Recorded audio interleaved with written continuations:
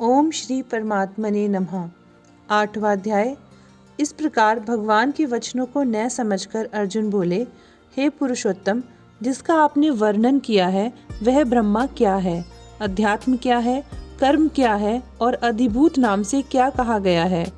अधिदैव नाम से क्या कहा जाता है। हे मधुसूदन, यहाँ अधियज्ञ कौन है और वह इस शरीर में कैसे है, और युक्त चित्त वाले पुरुषों द्वारा अंत समय में आप किस प्रकार जानने में आते हो। इस प्रकार अर्जुन के प्रश्न करने पर श्री कृष्ण भगवान बोले, हे अर्जुन, परम अक्षर अर्थात जिसका कभी नाश नहीं हो, ऐसा सच्चिदानंद घन परमात्मा तो ब्रह्मा है, और अपना स्वरूप अर्थात जीवात्मा अध्यात्म नाम से कहा जाता है, तथा भूतों के भाव को उत्पन्न करने वाला शास्त्र विहित यज्ञ, दान और होम आदि के निमित्त जो द्रव्यादिकों का त्याग है वह कर्म नाम से कहा गया है। उत्पत्ति विनाश धर्म वाले सब पदार्थ अधिभूत हैं, और हिरण्यमय पुरुष अधिदैव है। और हे देहधारियों में श्रेष्ठ अर्जुन, इस शरीर में मैं वासुदेव ही विष्णु रूप से अधियज्ञ हूँ।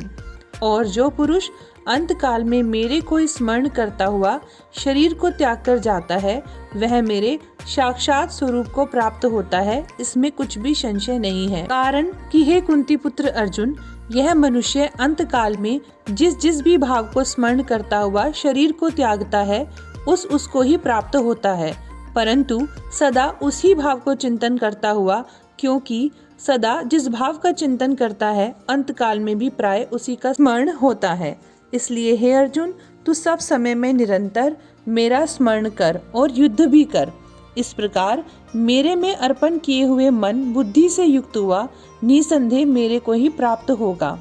हे पार्थ, यह नियम है कि परमेश्वर के ध्यान के अभ्यास रूप योग से युक्त अन्य तरफ न जाने वाले चित्त से निरंतर चिंतन करता हुआ पुरुष परम प्रकाश रूप दिव्य पुरुष को अर्थात परमेश्वर को ही प्राप्त होता है। इससे जो पुरुष सर्वज्ञ अनादि सबके नियंता सूक्ष्म से भी अति सूक्ष्म सबके धारण पोषण करने वाले अचिंत्य स्वरूप सूर्य के सदृश नित्य चेतन प्रकाश रूप अविद्या से अति परे शुद्ध सच्चिदानंद घन परमात्मा को स्मरण करता है, वह भक्ति युक्त पुरुष अंत काल में भी योग बल के भ्रकुटी के मध्य में प्राण को अच्छी प्रकार स्थापन करके फिर निश्चल मन से स्मरण करता हुआ उस दिव्य स्वरूप परम पुरुष परमात्मा को ही प्राप्त होता है। हे अर्जुन, वेद के जानने वाले विद्वान जिस सच्चिदानंद घन रूप परम पद को ओमकार नाम से कहते हैं, और आसक्ति रहित यत्नशील महात्मा जन जिसमें प्रवेश करते हैं, तथा जिस परम पद को चाहने वाले ब्रह्मचर्य का आचरण करते हैं, उस परम पद को तेरे लिए संक्षेप से कहूँगा। हे अर्जुन, सब इंद्रियों के द्वारों को रोककर अर्थात इंद्रियों को विषयों से हटाकर तथा मन को हृदय में स्थिर करके और अपने प्राण को मस्तक में स्थापन करके योग धारणा में स्थित हुआ जो पुरुष ओम ऐसे इस एक अक्षर रूप ब्रह्मा का उच्चारण करता हुआ और उसके अर्थ स्वरूप मेरे को चिंतन करता हुआ शरीर को त्याग कर जाता है, वह पुरुष परम गति को प्राप्त होता है।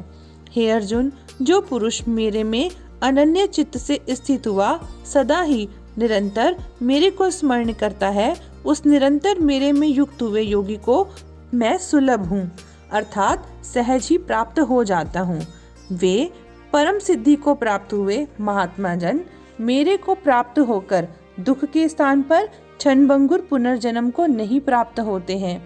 क्योंकि हे अर्जुन, ब्रह्मलोक से लेकर सब लोग पुनरावर्ती स्वभाव वाले अर्थात जिनको प्राप्त होकर पीछे संसार में आना पड़े ऐसे हैं,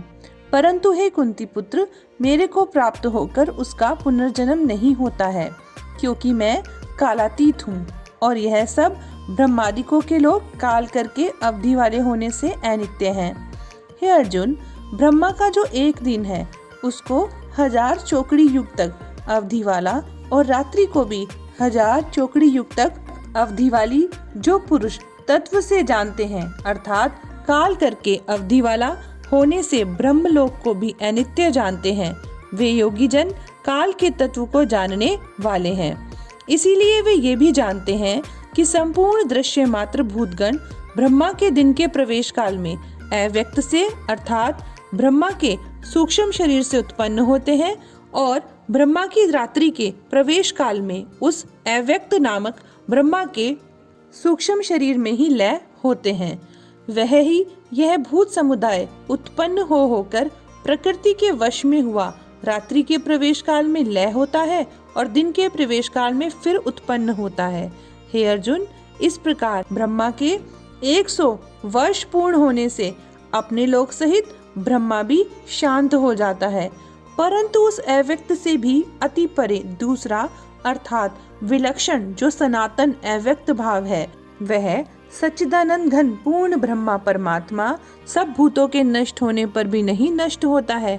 जो वह अव्यक्त अक्षर ऐसे कहा गया है, उस ही अक्षर नामक अव्यक्त भाव को परम गति कहते हैं तथा जिस सनातन अव्यक्त भाव को प्राप्त होकर मनुष्य पीछे नहीं आते हैं, वह मेरा परम धाम है। और हे पार्थ, जिस परमात्मा के अंतर्गत सर्वभूत हैं और जिस सच्चिदानंद घन परमात्मा से यह सब जगत परिपूर्ण है, वह सनातन अव्यक्त परम पुरुष अनन्य भक्ति से प्राप्त होने योग्य है। और हे अर्जुन, जिस काल में शरीर त्याग कर गए हुए योगी जन पीछे नए आने वाली गति को और पीछे आने वाली गति को भी प्राप्त होते हैं, उस काल को अर्थात मार्ग को कहूँगा। उन 2 प्रकार के मार्गों में से जिस मार्ग में ज्योतिर्मय अग्नि अभिमानी देवता है और दिन का अभिमानी देवता है तथा शुक्ल पक्ष का भी अभिमानी देवता है और उत्तरायण के 6 महीनों का अभिमानी देवता है, उस मार्ग में मरकर गए हुए ब्रह्मवेत्ता अर्थात परमेश्वर की उपासना से परमेश्वर को परोक्ष भाव से जानने वाले योगी जन उपरोक्त देवताओं द्वारा क्रम से ले गए हुए ब्रह्मा को प्राप्त हुए हैं। जिस मार्ग में धूमा अभिमानी देवता है और रात्रि अभिमानी देवता है तथा कृष्ण पक्ष का अभिमानी देवता है और दक्षिणायन के 6 महीनों का अभिमानी देवता है, उस मार्ग में मरकर गया हुआ सकाम कर्म योगी उपरोक्त देवताओं द्वारा क्रम से ले गया हुआ चंद्रमा की ज्योति को प्राप्त होकर स्वर्ग में अपने शुभ कर्मों का फल भोगकर पीछे आता है। क्योंकि जगत के यह 2 प्रकार के शुक्ल और कृष्ण अर्थात देवयान और पितृयान मार्ग सनातन माने गए हैं। इनमें एक के द्वारा गया हुआ पीछा नए आने वाली परम गति को प्राप्त होता है और दूसरे द्वारा गया हुआ पीछे आता है अर्थात जन्म मृत्यु को प्राप्त होता है। हे पार्थ, इस प्रकार दोनों मार्गों को तत्व से जानता हुआ कोई भी योगी मोहित नहीं होता है, अर्थात फिर वह निष्काम भाव से ही साधन करता है, कामनाओं में नहीं फंसता। इस कारण हे अर्जुन, तू सब काल में समत्व बुद्धि रूप योग से युक्त हो अर्थात निरंतर मेरी प्राप्ति के लिए साधन करने वाला हो। क्योंकि योगी पुरुष इस रहस्य को तत्व से जानकर वेदों के पढ़ने में तथा यज्ञ तप और दानादिकों के करने में जो पुण्य फल कहा है, उन सबको निसंदेह उल्लंघन कर जाता है और सनातन परम पद को प्राप्त होता है। इति श्रीमद् भागवत गीता रूपी उपनिषद एवं ब्रह्म विद्या तथा योग शास्त्र विषयक श्री कृष्ण और अर्जुन के संवाद में अक्षर ब्रह्म योग नामक 8वां अध्याय। श्रीमन नारायण नारायण नारायण जपमन नारायण नारायण नारायण। हरे कृष्ण कृष्ण कृष्ण हरे हरे, हरे राम राम नाम हरे हरे।